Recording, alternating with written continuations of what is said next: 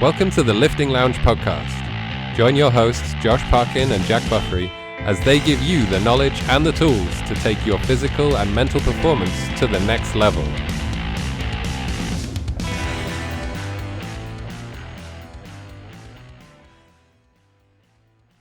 Hello. Hi. Hey, Josh, and this is for the YouTubers out there who are watching us on YouTube. This is how do you tell someone you're British without telling them you're British? That is the world's most British mug right there. Yes, it is. It has been brought up on the podcast before, but I am drinking out of a giant Sports Direct mug because I feel like I want the caffeine today. Excuse me. Josh, we got a Facebook group. Why don't you tell them what it's all about? So our Facebook group is the place to be. It is full of accountability, live trainings, free giveaways, full of like-minded people who are all just trying to better themselves. And it is free for you to join. It's wonderful. It's currently called the Lifting free. Lounge. Yeah, 100% free, which is mental. Absolutely mental. We're giving away free information. We're basically PTing you for free. Which we're not. That's a lie. I'm joking. We're not doing that. We do live trainings every Monday evening, though, and they are their quality. We are working on the quality of them every time as well, because you guys are the end goal. You're the ones that we want to give value to. So head on over to the Lifting Lounge Facebook group if you haven't already. Come find us. Join the community. Join the chat. Have some fun. Definitely. And Athletic Greens sponsor us, you know? I will. The day we can say that will be a happy day. I was like, shit, is this something you're not telling me? That'd be amazing. No. Yeah, that would be amazing. Yeah. There is a new one that has just come out that I keep on seeing pop up on Facebook at the moment. That's it does the same thing that they all do. It's got Athletic Greens £99 versus whatever this new one is, £33 or something like that. And I was like, yeah, well, let's do a breakdown of what's actually in it and see if it's anywhere near as good. I can't remember what the name is. It looks like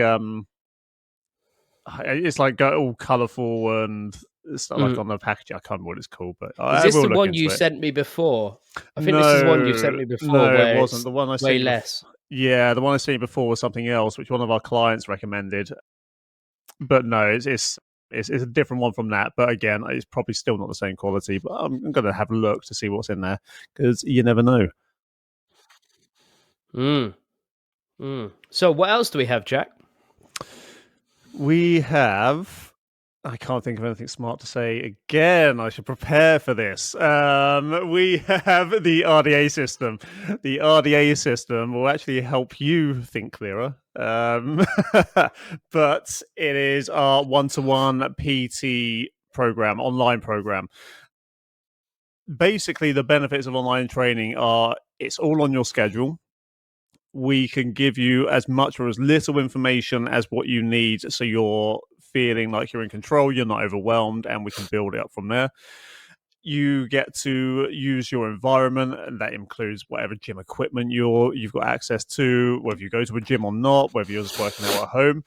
And the most important thing is we do actually meet you where you are in terms of your skill base, and we guide you through how to get to where you want to be instead of just throwing a program at you and expecting you to get on with it. So if you want to join that, you can find out more information by reaching out to us, although I think we could add that to the website very soon. So by the time this goes out, you might be able to see it on the website. If not, then just reach out to us via the group or direct message one of us on any of the socials, and you'll be able to get more information on that. Yeah, there's also a contact page on the website as well. So if they put their details in, it will contact us as well. Perfect. Awesome.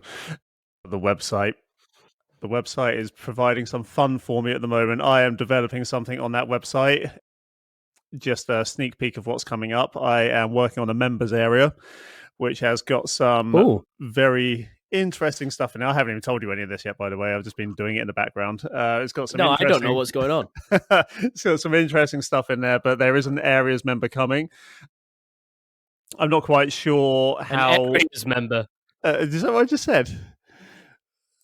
Yeah, I need areas some more member. coffee. It's I a need some member more that's just coffee. a geographical space. Okay, let's give some context again because I feel like my speech. I nearly said my vision isn't very good, but my speech isn't very good. Just for some context again, this is like me and Josh for the last 2 nights have been up to, I'd say, probably nearly midnight by the time we get to bed because we've been on mentorship calls from American-based company. So yeah, I'm feeling a little bit tired at the moment because my usual bedtime of between 9:30 and 10 p.m. has been pushed back 2 hours, but I'm still getting up at the same time. So by the time Friday rolls around, because it's on Wednesdays and Thursday nights, I don't know about you, Josh, but I'm just like a little bit, oh Jesus, I'm feeling tired now. Yeah, I'm fucked. Yeah, simple as that. So much so that. Oh yeah, I had forgotten what I was talking about, but now I remember. Members area. Yeah, we are developing a members area on that website. Josh, I'm just going to tell you what's going to happen now because I haven't told you any of this yet. But yeah, there's a members area coming, and it probably will be for Patreon supporters of the podcast. Ooh. So, just to let you know, there's a way that you can support us doing the stuff we love and providing you as much value as we can, and to help us stop having to have these really late nights, so we can actually focus on just making everyone better people. Patreon, baby. Yeah, show us the guns. Show us the guns. I can't even do that at the moment because I was grappling with Josh or Ben yesterday. I can't remember which one of you it was. It was you, wasn't it, I think? And I pulled my freaking trap. So at the moment, if any of you are old enough to remember the original Batman films, and when I say original, I don't mean the 1960s. I mean the 1980s and 1990s ones. He used to kind of turn, like if you're watching this video right now, he would turn like his whole body just to look around because his neck had no articulation. That's how I'm moving around right now. I can't actually move my neck properly without it twinging. So, yeah, it's all good though. I'm happy. Yeah, that happens to quite a lot of people when they first initially start grappling because they get a bit, it's very hard not to get overexcited and you don't realize and you're putting way too much in and then all of a sudden you pull a trap. I've done it before, everybody's done it before, but it's fine. But, Jack, I'm getting a bit bored of your tip and I'm wondering if I can actually hire a tip in because your tip's losing its functionality, and I would like to hire one in, a more professional tip if possible. I know Kimberly listens to these as well. So Kimberly, if I'm giving you any tips that have lost their functionality, then I'm sorry. My tips, Josh. You're getting my tip whether you want it or not. You're not hiring someone else in. But my tip today is basically hire a coach, because one of the things that we do when we work out ourselves is we actually tend to work ourselves out of functionality. And I'm going to clarify what that means because that doesn't really make sense by itself. What that means is when we tend to just jump on a workout program, it's good, it's perfect, it's a way of keeping fit and healthy. But I've done a lot of assessments in the last couple of weeks, just for new clients online and offline. And one of the things I notice is that their body isn't functional. And in this respect, by functional, I mean able to do the things that they want to do on a daily basis without feeling like shit, basically.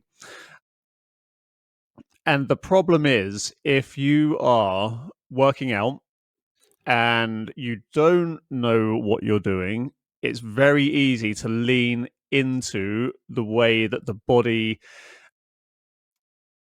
compensates for this. So using the wrong muscles to do the wrong things and stuff like that. So what I am going to suggest to everybody as a tip is hire a coach, a decent coach, to make sure that all the movements you're doing, all the exercises you're doing actually help to improve your functionality in everyday life, because otherwise you could actually be moving it in the wrong direction and making bad movement patterns stronger.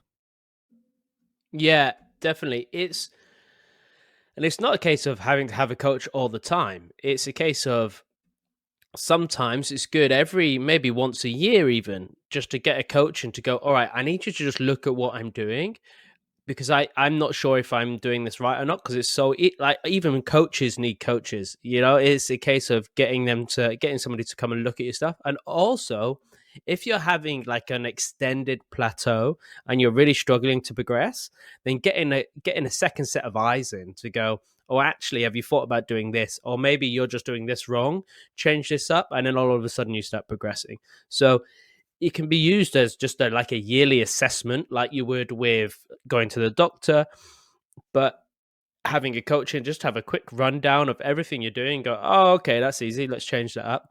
Or if actually you just find that you don't think you're working hard enough, just having a coach and just to push you that bit more than you would push yourself is a great thing to do.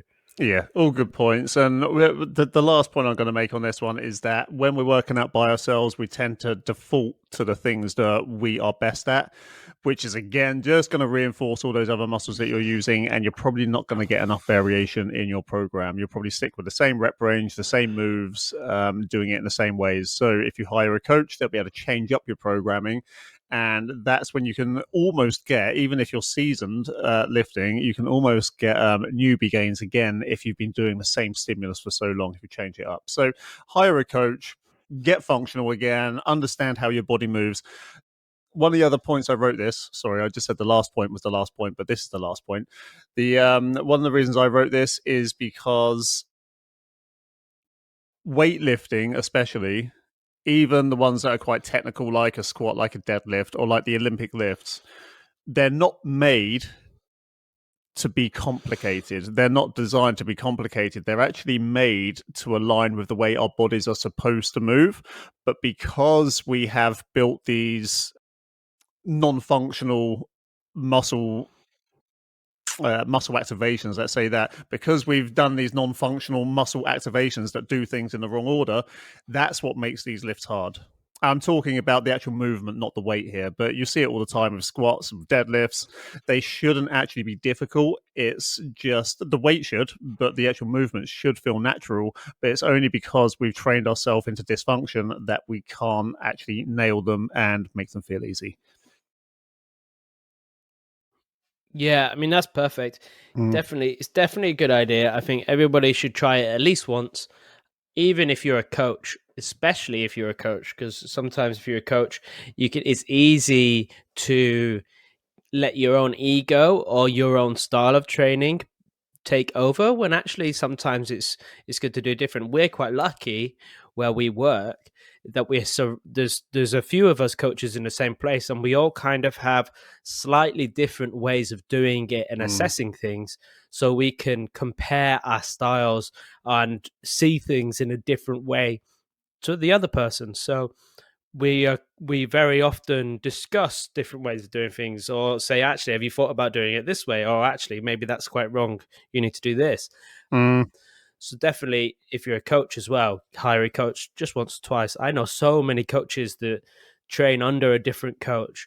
There's nothing wrong with that at all. If once we get 1 million subscribers to this podcast, and we've got all the ads in the world that we're running, and we're completely rich and just standing next to our big houses, Lamborghinis, and private jets, I am going to be having a coach. I am going to have a coach for every single area that I can in my life to just improve my capability within it. I want that. Yeah. I want to be good at like certain things. So why not hire a coach for them? People who have been doing it for longer than I have. It just makes sense. Oh, 100%. Definitely a good idea. Okay, let's go ahead now to Geek Corner. First of all, I haven't brought this up on the podcast yet. Tears of the Kingdom. I completed it, mate. Mate, this is so not fair. I have not completed it yet. As soon as you said you completed it as well, I was like, oh God, I need to start playing it more. We've been so busy lately that I barely played it. And it's really annoyed me because I really, really want to play it. But, life has taken over. So I'm going to try and steamroll it as quick as I can, just to get to the ending of the story, and then I can just hop in and do all the side stuff. So that's what, yeah, when I say I completed it, there is still so much more. I need to look at the percentage actually, because on the side of the map it tells you the percentage that you've actually completed it. I haven't even checked to see what it is yet, but it's probably, I'd be surprised if it's any more than 50 or 60%, because there's so much to find and do on it. But yeah, I just felt, okay, I just want to get the story done now, because I'm going to start hearing spoilers for the end of it soon.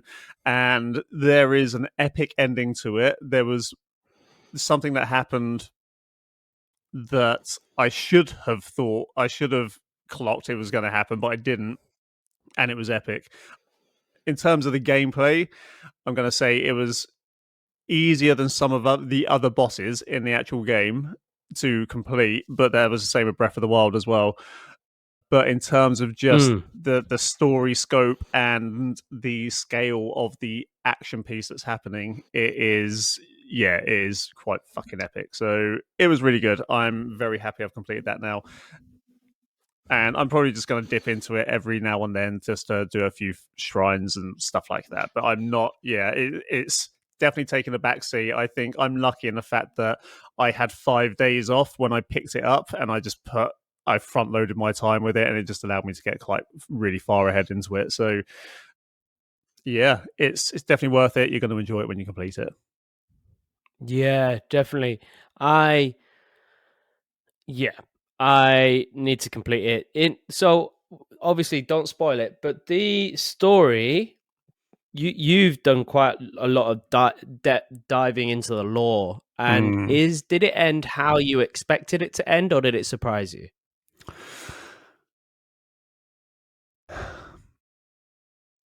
So I completed it in a way where I didn't even realize this, but I got a 6-minute cutscene at the end as well that you don't get if you haven't done certain things. But I'd done that just by doing some of the stuff I'd done in the game. I wouldn't say it's surprising, but I would say it is kind of epic in its nature. Okay, it's hard. I don't want to miss out on this cutscene. Yeah. What do you have to do to get the cutscene? I honestly can't remember. I know you have to find all of the memories. I think there's 18 of the memories, and I think you have to get the Master Sword. Which, have you got that yet? I'm on the route to it now. You're on the route to it now. I think if you've got all the memories, got the Master Sword, I'm pretty sure that's it. Might be worth a Google though. I can't remember because I googled it after the fact to see if. Well, actually, I googled what I had to do to get the proper ending as I was fighting the boss. So I was like, okay, is this going to be right, or should I stop? Because I'm one of those people that's a bit like OCD. I like to have the complete ending and stuff like that. So yeah, I just googled it, and yeah, there's certain things you had to do. It turned out I'd already done them, so I carried on fighting the boss, and yeah. I don't know if you remember the boss in Breath of the Wild, but you go through certain things, you have a fight, and then it turns into a fight that is bigger in scale, although not that hard. Kind of similar in this game, but just the scale of it is, again, it's not hard, but the scale of it is really just cool to watch, to be fair. It's a fitting end to it. Yeah, so in Breath of the Wild, you had to fight like the Calamity Ganon under the castle, and then he turned into like the big pig, I think, and you were on the horse with the bow, shooting at it. So yeah. Cool. So I think the thing is, I think I already know. Oh, do you? Oh, I think I already know what happens. I'm not going to spoil it because one of my clients, I think he spoiled it for me, so I think I kind of know what happens, but I'm not sure. Okay, well, hopefully there's a couple of surprises left in there for you. One of the tips I will give you though is that. So I think I told you before, I went to the place where you fight the bad guy, and I just had, like the boss, and I had to run through it because there was just so many enemies there. But by the amount of time I put into it this time around, I could take all those enemies on and beat them. So I beat actually all the enemies on the way to him as well. So I was that kind of prepared, which definitely made a difference. Whether that made it too easy, I don't know. I only died once fighting the main guy, And then when I realized, when I died, I realized exactly what I had to do not to die the second time around. So again, it's not like the most challenging boss fight, but in terms of the story and what happens to it, it's still really good. Awesome. I am. I'm gonna need to get on it. I need to smash it, and then we can talk in depth on it. Yes, we can. We should do like a spoiler episode of just Tears of the Kingdom. That'd be cool. Okay, so I've got a couple of other bits I want to add to Geek Corner. There's actually loads I could add, but I've been watching Black Mirror, and there's an episode called San Junipero, and this sort of stuff, I find that most of the Black Mirror episodes can probably tie in with one or two of our study times that we talked about before. I can't remember. I know we've talked about a study, and I know we've talked about I can't remember if we've talked about simulation theory on the podcast before, but we've talked about like going into things like the Matrix and stuff like that. And I don't know if you remember this episode, but there's an episode called San Junipero, and this is a spoiler alert, but I think this episode is like 4 or 5 years old, so you need to watch it. Yeah. If you haven't, then skip ahead to the next section because the rest of this is going to be based on that episode. So I don't know if you remember this episode, Josh, but basically there's a woman who in a nightclub in the 80s and meets another woman. They hit it off and they're close to copping off together, but then one of them just loses a little bit of nerve. And then there's some allusion to the thing around we can only go until midnight. And then the next week she goes back, meets her again, and then goes back again a week later, but it's a different decade. And then another week later, it's another different decade. And do you remember this episode at all? Yeah, no, it's sparking some memories. I can't really remember like the twist, but no, I do know what you're saying. So basically what it is people can... I think it's mainly for older people in care homes and stuff. They can plug themselves in, but they only have like a guest pass and they can go in for like 5 hours a week or something like that. So these 5 hours a week are usually on a Saturday evening where they go to this town that is basically like the Matrix. You get a little button tagged to your head that stimulates your thoughts and you end up, I think more so the thoughts go into the tab as opposed to the tab stimulating your thoughts. And it takes you into this town in America, which is like a seaside town with a nice party scene, party vibe. And you can basically choose what decade you go to. And so what happens is eventually, if someone's dying, they get the choice, do you want to permanently live in this place? So instead of just 5 hours every Saturday night, do you want to permanently live there? One of the things it didn't explain, though, is whether you could still choose the decade you were in or whether you just had to pick the decade. And they said like 80% of the people in there were dead already, etc. And it sounds crazy, but it's... if this Neuralink thing... take that another 50 years down the line where we could possibly download our minds to a Neuralink. And then when we die, we could plug that Neuralink into a big network that just lets us live within a simulation. So my question for you is, if you could choose that, where would your simulation be and in what era? Let's just say you had to pick the era that you spent the rest of your life in. So have you got anywhere particularly in the world, somewhere you've been, somewhere you would like to be? And it can be like almost an idealistic version of this place as well, because it is created basically as a heaven.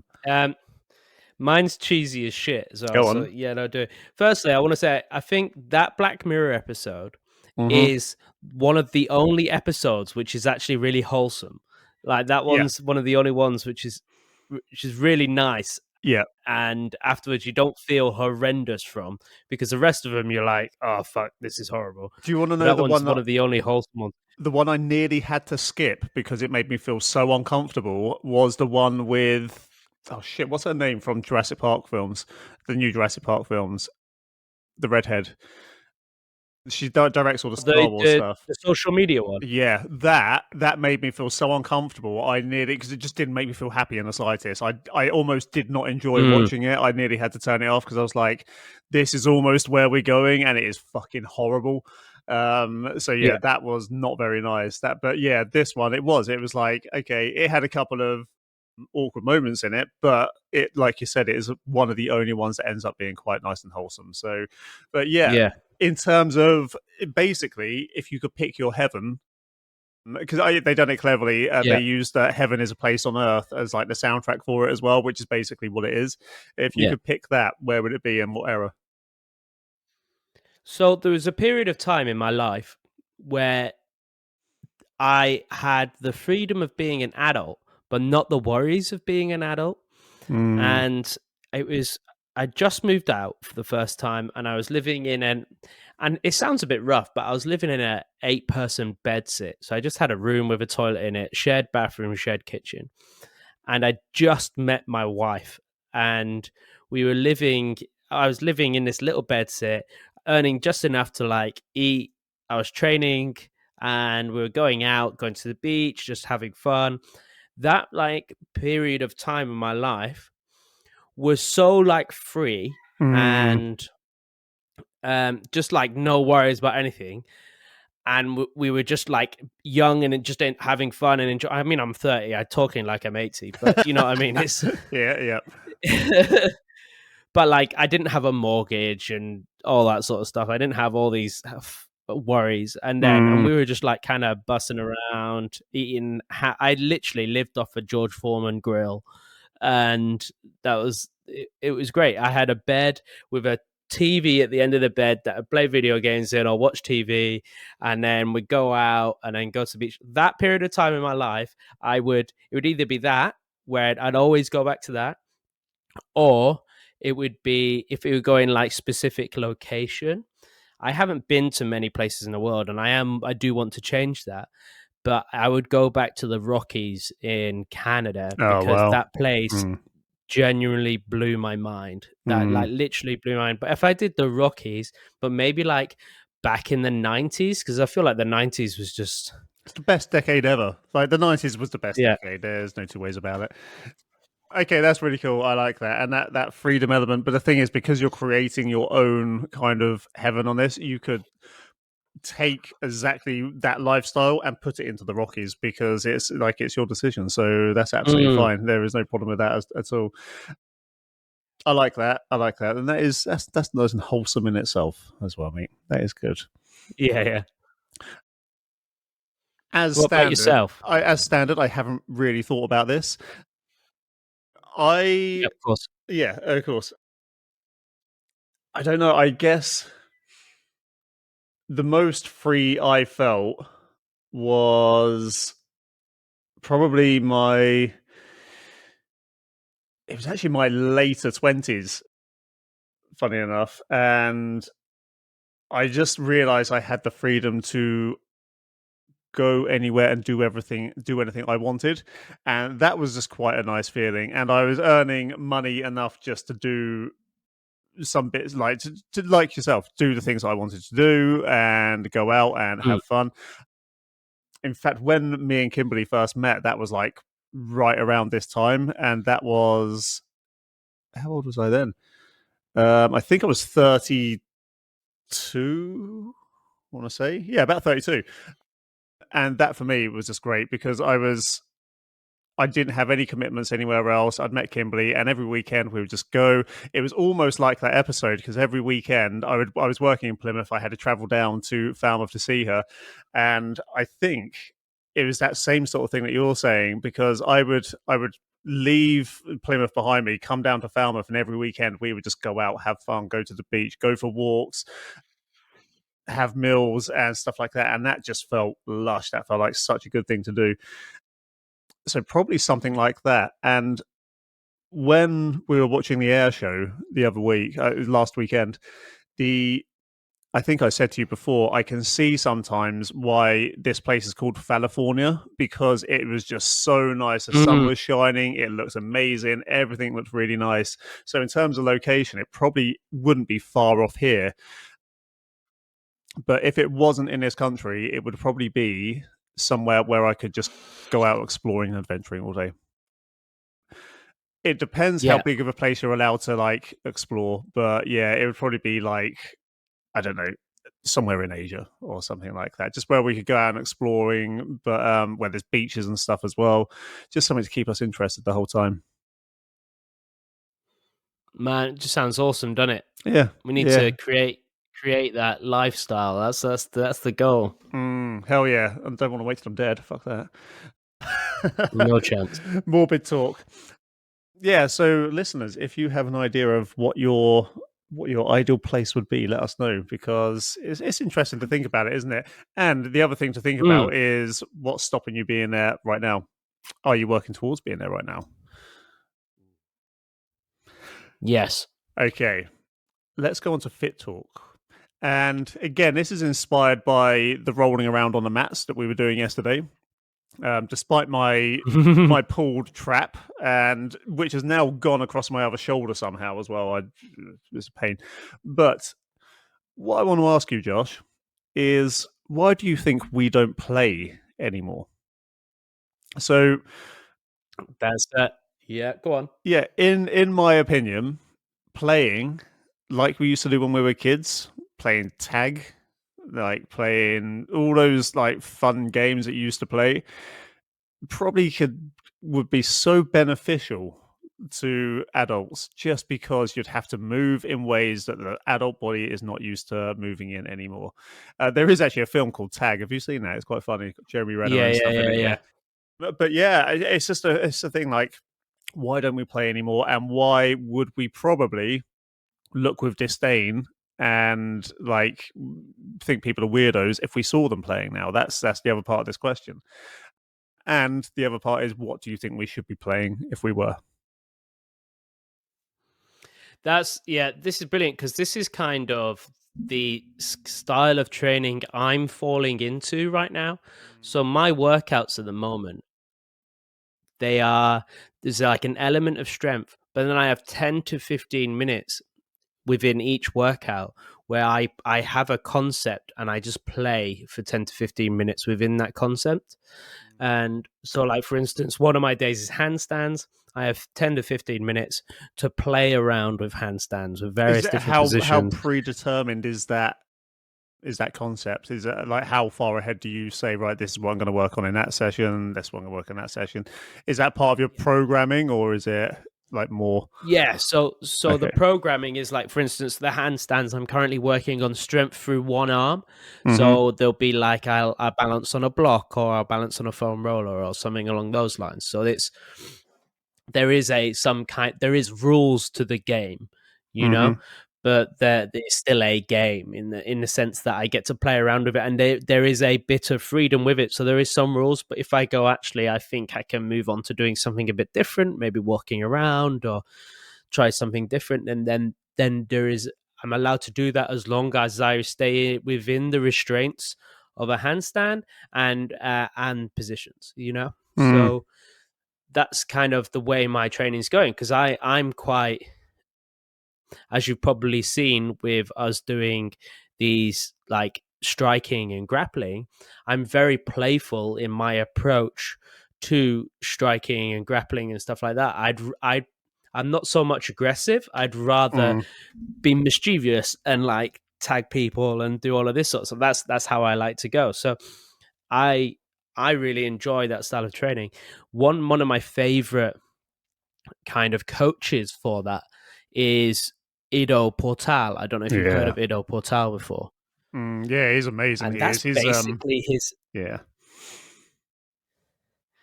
Go on. Sorry. No, you go on. I was just agreeing with that's you. Basically. Yeah, that's basically his whole thing. Is more about play, and it's playing around with concepts, but they're not even.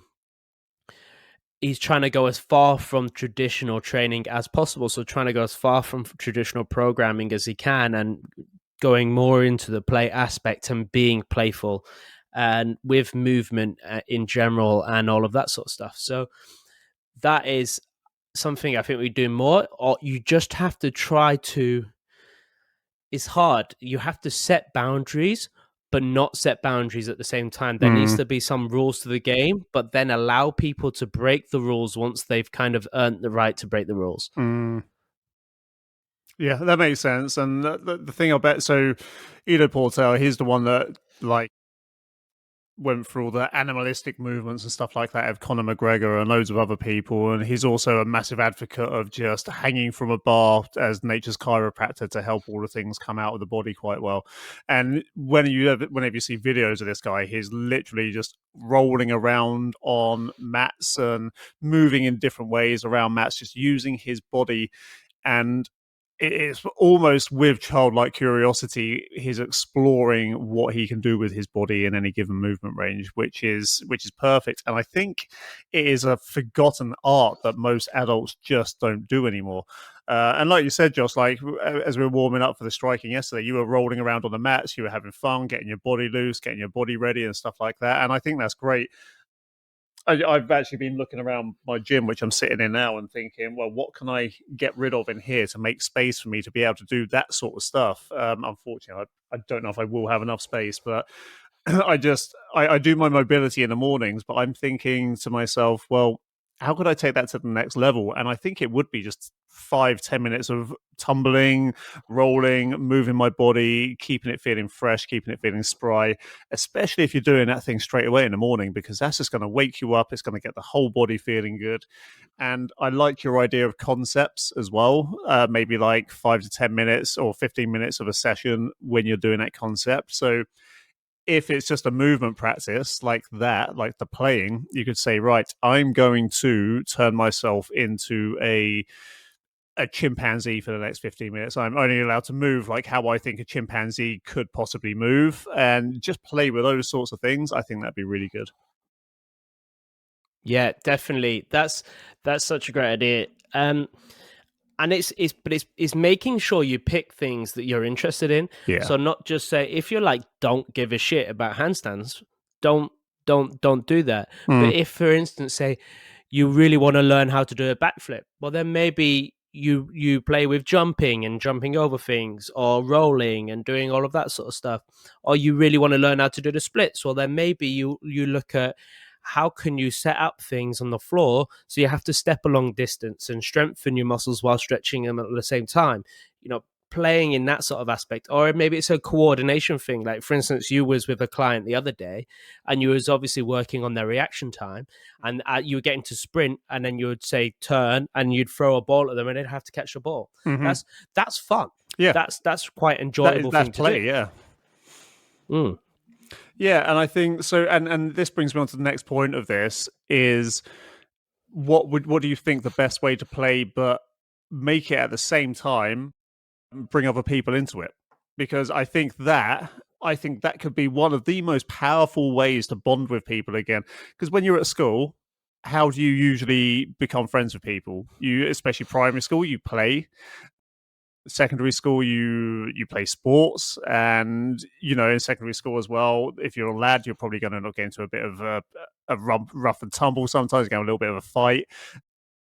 One of my best mates in school, we were like, the first few months, it was hilarious. We would just size each other up on the bus, and we were like, oh yeah, who's this prick? We had a fight on the bus. After that, we were best mates because no one won. So it was just like, yeah, okay, cool.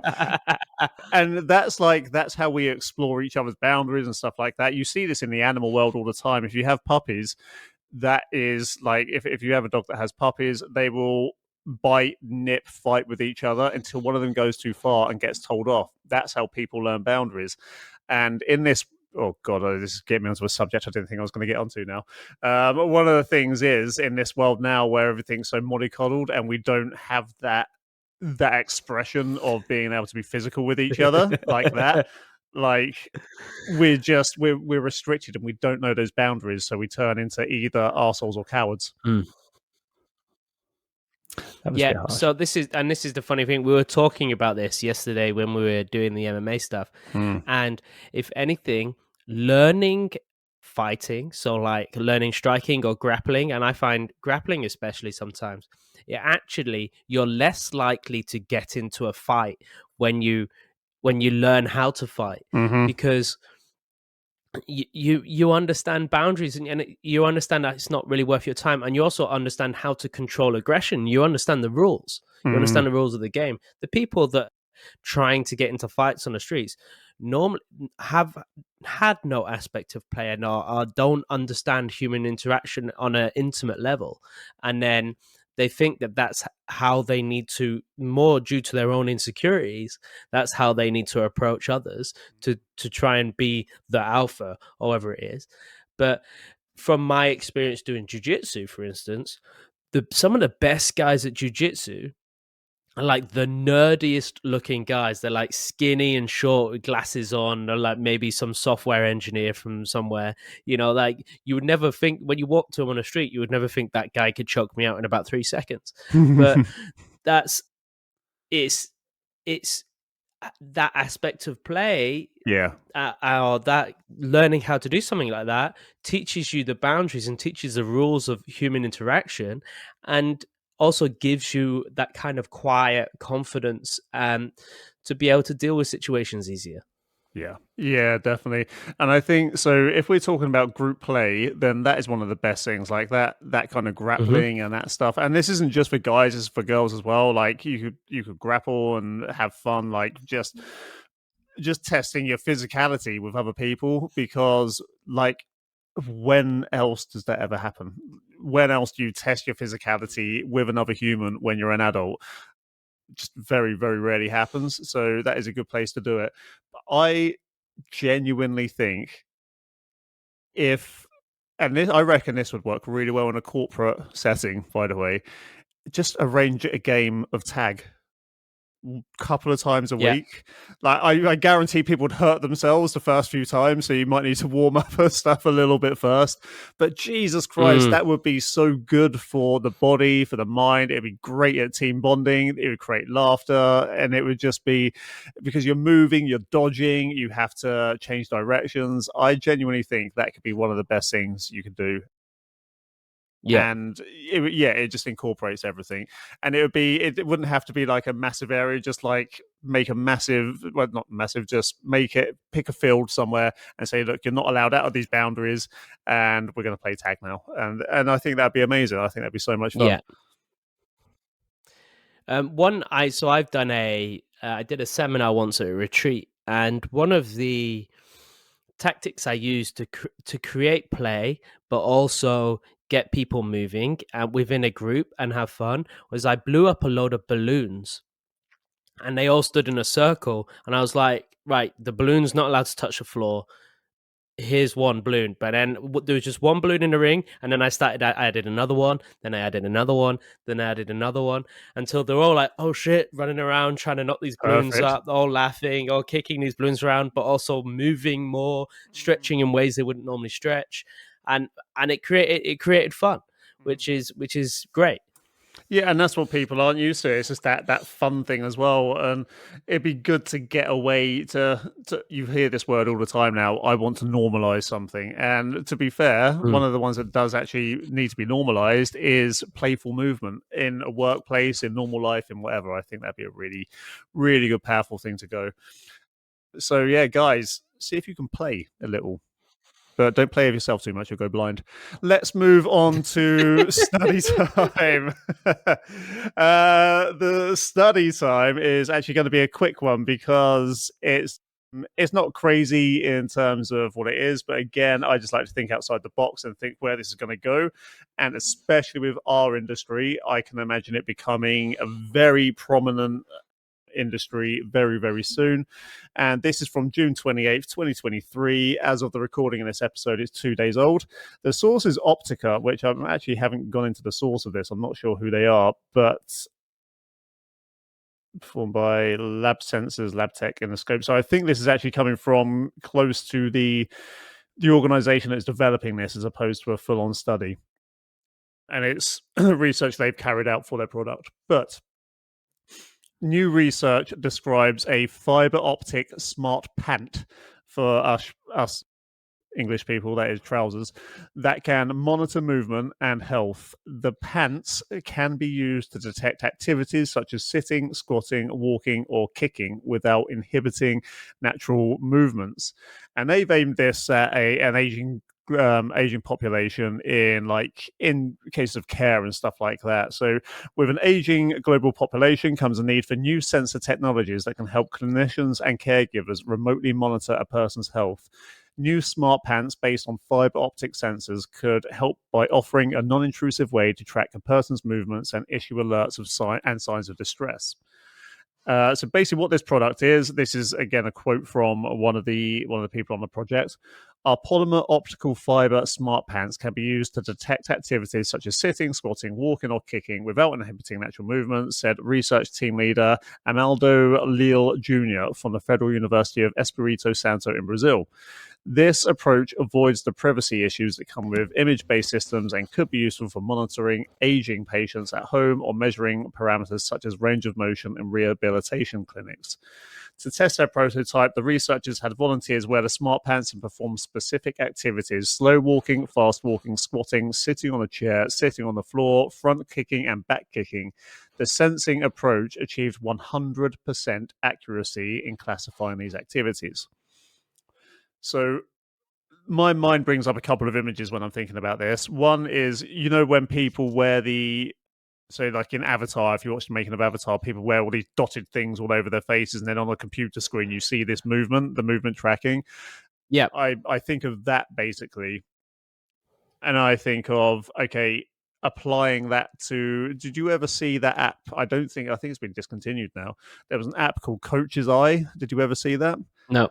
So Coach's Eye, if you could basically get a video of a client squatting, you could then line up the hinge wherever they were hinging from, and it would work out where they're off and what they're doing by by where they're hinging from, and like whether they're leaning too far forward, whether their heels are raising, whether their knees aren't doing stuff, whether their butt's shooting back. It can measure all of that stuff.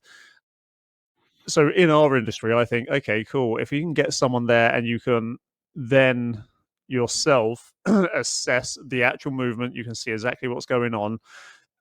For us, that would be really handy thing to see. So, and it won't be long, because if this takes off in any place, let's say it is used for caregiving and for aging population first, it won't be long until this comes out in our industry. And to be honest, if the technology is there, I can't see it being that long until we have got access to something like that.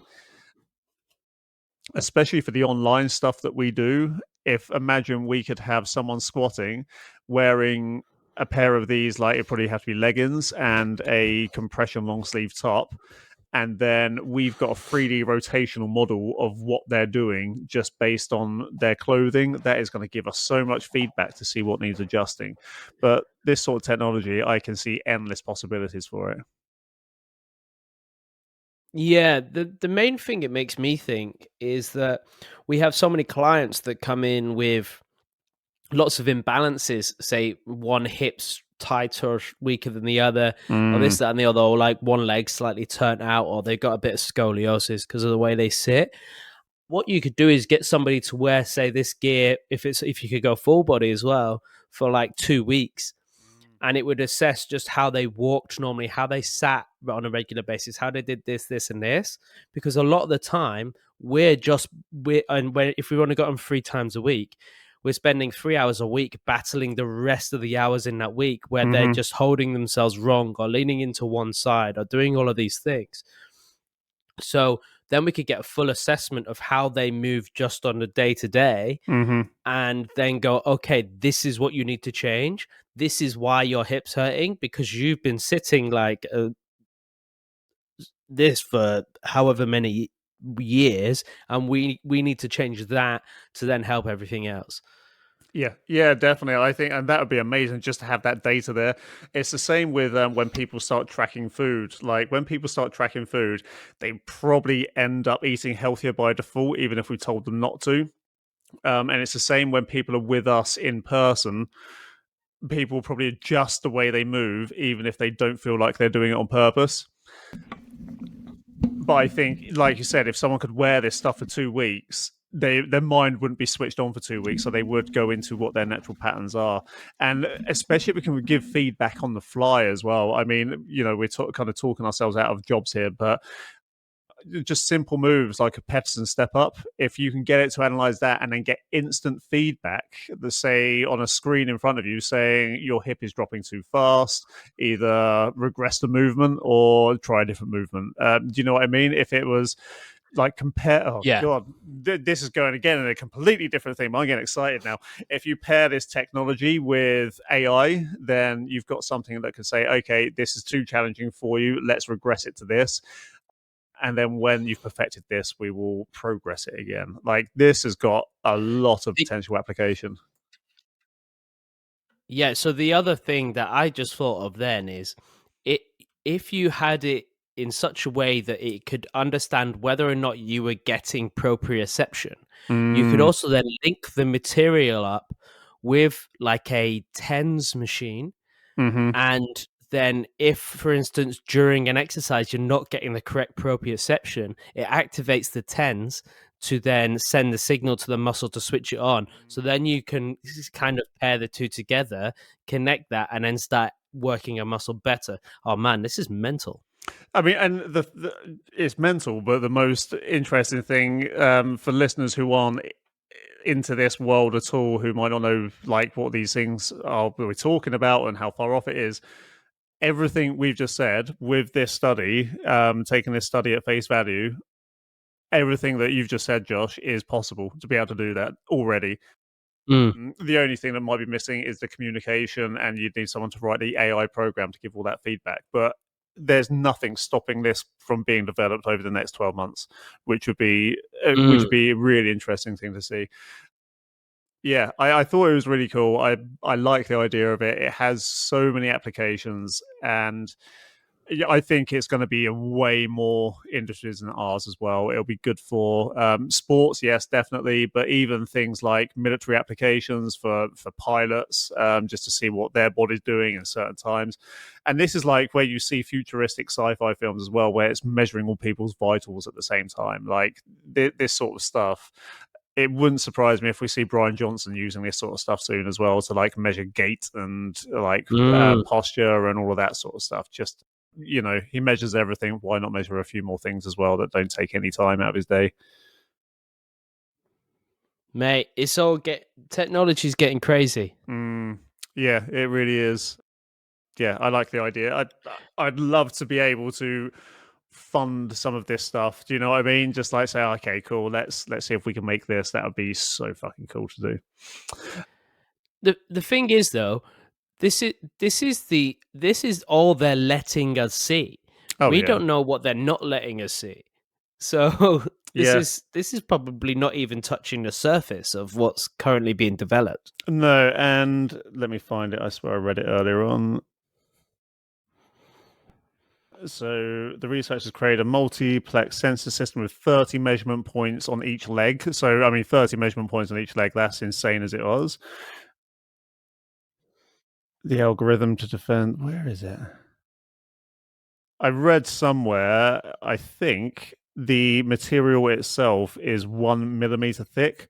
So this stuff is literally like a legging or a base layer. Oh, here we go. The sensors were based on polymethyl methacrylate, I might be saying that wrong, optical fibers that are 1 millimeter in diameter.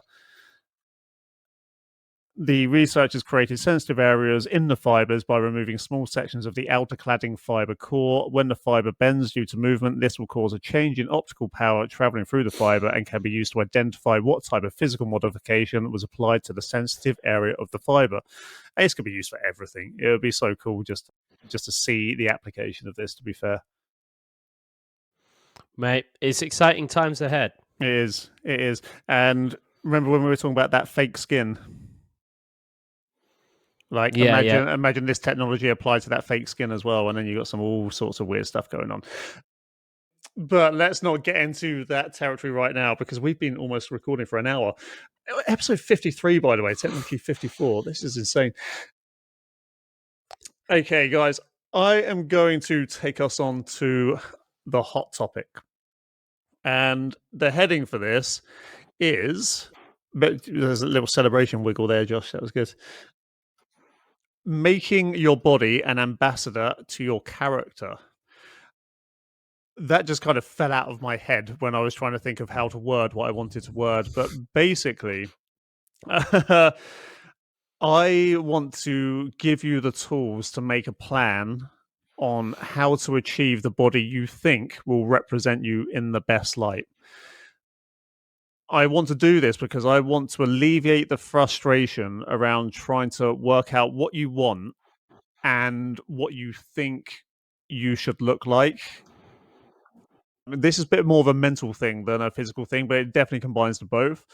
So what I'm going to do for my actions, I want to show you how to align the physical perception of yourself with the mental perception of yourself, okay? Because usually there is going to be misalignment in that kind of thing. And what I mean by misalignment is, let's say you don't have any physical thing going on in your life right now. You're not exercising, you're not running, you're not doing cardio, you're not keeping fit, you're not doing activities. But I bet you've probably got a mental perception in your head of what you want the physical version of yourself to be. And if those two aren't lined up, there is definitely going to be some frustration there, because at the end of the day, I don't care what anyone else says. Humans judge other humans. We judge ourselves. If what you want your character to be, what would the physical reflection of that character look like? Does that make sense, the way I worded that?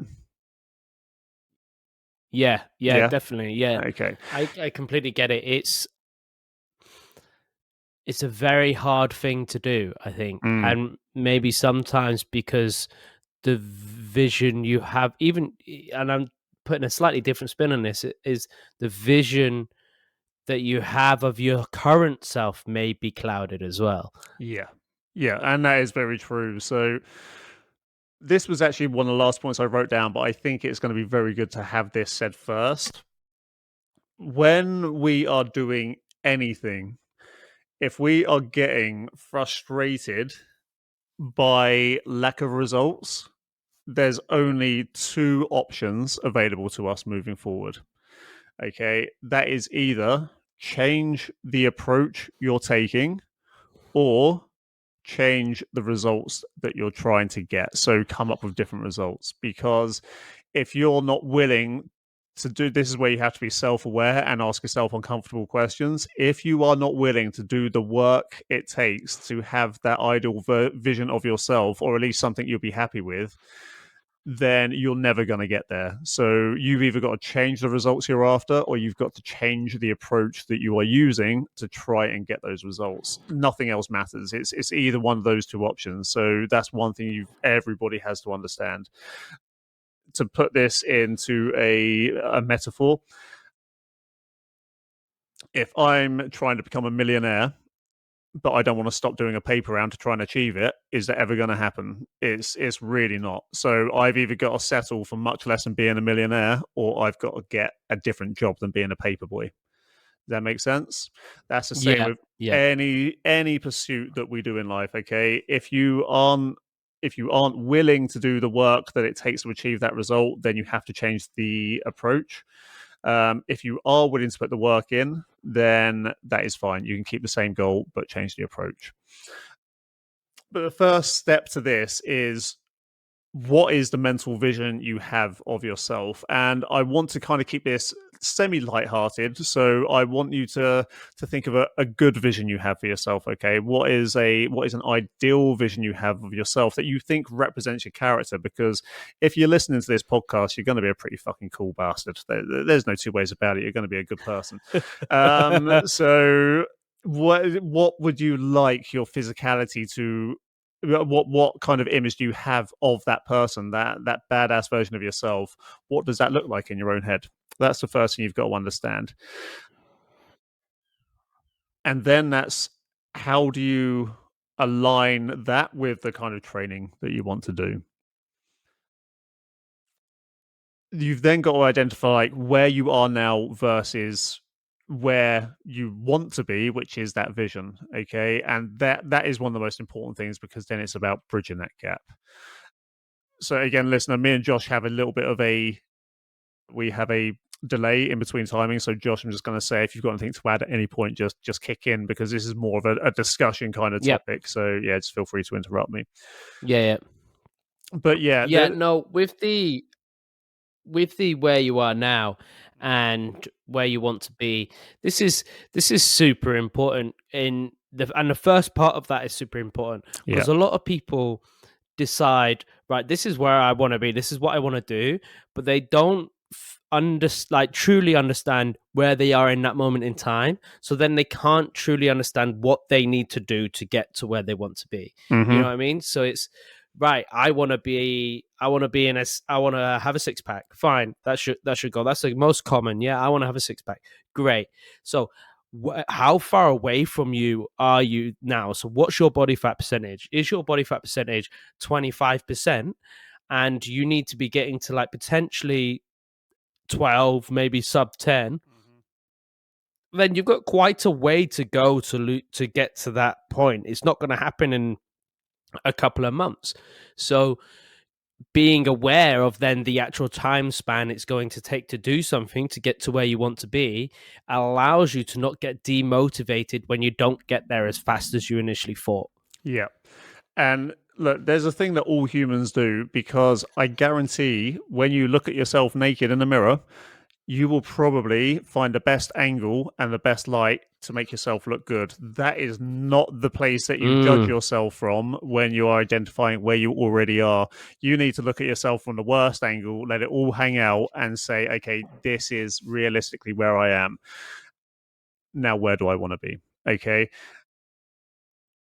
And this leads to the most important point, is understanding what it takes to get there. Because again, I'm going to repeat this, if you are not willing to do what it takes to get there, then you're going to have to change what you want that end result to be, because the only way to get there is through hard work. And this could be a massive variation. So this could be the difference from being absolutely like 5% shredded to, okay, I just want to lose, say, 10 kilos. Either way, both of those require hard work. One is going to be really hard work, but you still have to be willing to do the work to achieve either of those results. So are you willing to do that work it takes to get there? If you are, fantastic. That's really good. And then it just means we have to formulate a plan to get you there. Yeah, because you need to try and figure out that people might think that they want a specific result, but they want that result with a certain way of life, but not understanding that actually you can't get that result with the way of life that you're expecting. So if you're wanting to be in sub 5% body fat, but you're still wanting to go out for dinner on the weekends and do all of this stuff, I mean, that's just not going to fucking happen. You know, are you willing to make those sacrifices? If not, like you said, we need to change our goal. Like if your goal is to travel the world, but also you want to stay at home with your two dogs, you're not going to be able to do that. You need to you got to choose one or the other. Yeah, and unfortunately, we can't have everything at once. So you need to decide on if this goal fits in with the lifestyle that you want to live, and if so, then you can move forward. Yeah, that is a great point. And with this, I would say, so I would always recommend to anyone that having some physical priorities is always a good thing, like getting yourself to a healthy body fat, getting yourself to a healthy strength level, and that sort of stuff. I would say no matter what your ultimate vision of yourself is, you need to be able to fit those things into your life. And that is where some really good news comes in, because to achieve those sorts of things takes way less work than what most people think. You can do that in like 3 hours a week, like say on a Monday, a Wednesday, and a Friday. If you just give yourself an hour each of those days, you will be able to get so much more results than what you probably think you can right now, just by strength training and then chucking in a little bit of cardio every now and then as well. That will get you far, and then it comes down to what you eat as well, obviously. So guys, what the most important thing is to realize here, that if I've said that like 5 times in this hot topic, the most important thing, but if you have, and this is where mental health really does come into it, if you have a vision of yourself in any area of life and you identify with that vision, but you aren't there yet, it's going to be frustrating for you until you start working towards it. Okay. This can cause genuine mental health issues. It can cause anxiety. It can even cause depression, because where people aren't where they think they should be or ought to be, there is a disparity between where they want to be and where they actually are. And, especially when people think they should already be there. So, again, I'm going to repeat this. You either have to change where you have to change the results that you're after, or the approach you're trying to take to get the results. Just make sure you understand that. Yeah. So one of the things I will say to people is that if your vision of yourself right now, if the only things that you can describe yourself as right now in terms of your vision is negative, then there's something else you need to work on Yeah. first, and that's your perspective of things. So what I did actually, this is brilliant that you brought this up, because I did this last night with an online client, and what I did was everything they were saying about the week they had was just negative. So I said, right, before we go into anything, I want you to tell me 3 positive things that happened this week. Just 3 positive things that happened this week. And she goes, oh, I don't know. I was like, it's fine. It can be as small as you like. It doesn't have to be big. And then in no matter of time, she came up with 3 things that were all brilliant. And I said, see, that's instead of approaching it negatively first, I want you to come up with 3 positive things. So now on her kind of to do every day is 3 items of gratitude, for instance. And that the items of gratitude can be as small as you like. So it could be like, today, I'm just grateful for the fact that I had a pencil that worked, or I'm grateful that my sofa's super comfy. It could be that. But the more you start identifying positive things in your day to day, the easier it is to look at yourself and go, actually, I see myself right now as fucking my ass looks really good. You know, that's like, that could be that, or you could be, I'm a really nice person. That's you, and identifying that is super important. So if you're struggling with just identifying anything positive about yourself right now, and you're struggling with that, try work on doing some form of gratitude every day, and that will help you to look at things with a better perspective. Yeah, and that ties in really well with something we've spoken about the last couple of episodes as well, which is the language we use of ourselves as well. Try to use positive language, especially in regards to yourself. If you have a friend and you were to speak to them the way you speak to yourself, would they still like you anymore? That's a good question to ask yourself, because, well, saying that, I call you a cunt all the time. But yeah, but, it's a genuine question though. Speak to yourself like you would like to hear someone speak to you and about you, and that will put you in a good frame of mind as well, because we usually end up comparing ourselves to other people. That's not what I am advocating in the slightest. I just want you to compare yourself to the person you want to be.